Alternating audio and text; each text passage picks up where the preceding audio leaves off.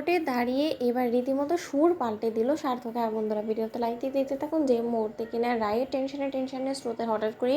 প্রেশারটা নীল হয়ে যায় এবং এক পর্যায়ে স্রোত যখন কোর্টের বাইরে দাঁড়ানো অবস্থায় অসুস্থ হয়ে পড়ে, মাথা ঘুরিয়ে পড়ে যায় রাস্তায়, ঠিক সেই মুহূর্তে স্রোতকে সেখান থেকে ধরে বেঁধে যখন অবশেষে বাপের বাড়িতে এনে রেস্টে রাখা হয় এবং সার্থকের বাপি বলতে থাকে যে সার্থক এখনও সময় আছে, মেয়েটাকে মৃত্যুর কোলে অন্তত তুমি ঠেলে দিও না, শুধুমাত্র তোমার নীলাঞ্জনার প্রতি প্রতিশোধ নিতে গিয়ে এমন না হয়ে যায় যে তুমি চিরকালের জন্য নিজের ভালোবাসার মানুষটাকে এনে হারিয়ে ফেলো। অন্যদিকে যখন সার্থককে অবশেষে কোর্টে হিয়ারিংয়ের সময় কাঠগড়ায় দাঁড় করানোর জন্য ডাকাডাকি শুরু হয়ে যায়, ঠিক সেই মুহূর্তে সার্থক কোর্টে কাঠগড়ায় দাঁড় করানো মাত্রই এই সার্থক রাষ্ট্রপক্ষের অ্যাডভোকেট যখন সার্থককে জিজ্ঞেস করতে থাকে যে সার্থক সেনগুপ্ত, এবার আপনি আমাকে একটা কথা বলুন তো, যখন কিনা কলকাতা আসার পর আপনার স্ত্রীকে ইন্ট্রোগেট করা হয়েছিল, অফিসার খানই তো ছিল যে কিনা আপনার স্ত্রীকে ইন্ট্রোগেট করছিল, ঠিক সেই মুহূর্তে সার্থক বলতে থাকে যে হ্যাঁ। তখন অফিসার খান মুচকি হাসি দিয়ে বলতে থাকে যে এবার স্রোতস্বিনী আমিও দেখবো যে কী করে তুমি তোমার বোনকে বাঁচাও এবং তুমি কী করে আমাদের পুলিশদের সকলকে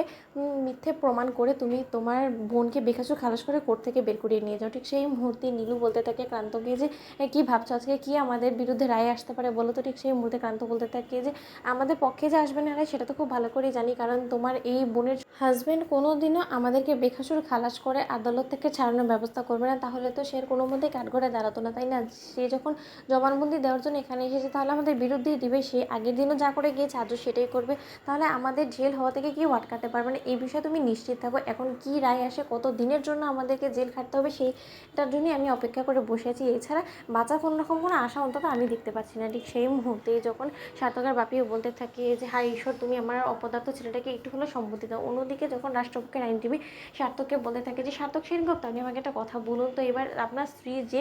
জবানবন্দিটা দিয়েছিল সেই ঘটনাস্থলে প্রেঙ্গনেতে যখন সে হসপিটালাইজ ছিল তখনকার এবং অফিসার খানকে দেওয়া সেই জবানবন্দি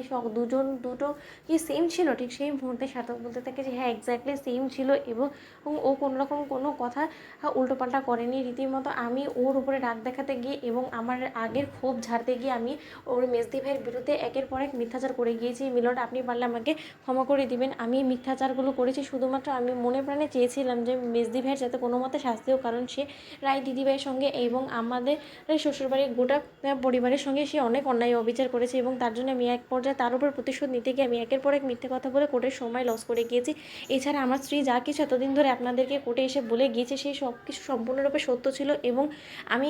বলতে চাই যে নীলাঞ্জনা দেবী সেদিন প্রিয়াঙ্গনীতে কোনো মতেই ছিল না এবং এই কথাটাও আমার স্ত্রী আমাকে নিজেই বলেছিল, অথচ আমি আমার স্ত্রীর বিরুদ্ধে এই কারণে গিয়েছি কারণ আমি মনে প্রাণে চাইছিলাম যে এই মানুষটার শাস্তি হোক, এছাড়া কোনো কিছু না। ঠিক সেই মুহূর্তে সার্থকের উল্টো জবানবন্দি শুনে অফিসার খানের হোশ উড়ে যায় এবং অফিসার খান বলতে থাকে সর্বনাশ করেছে। তো বন্ধুরা লাইক এবং শেয়ার করে সাবস্ক্রাইব করতে ভুলো না।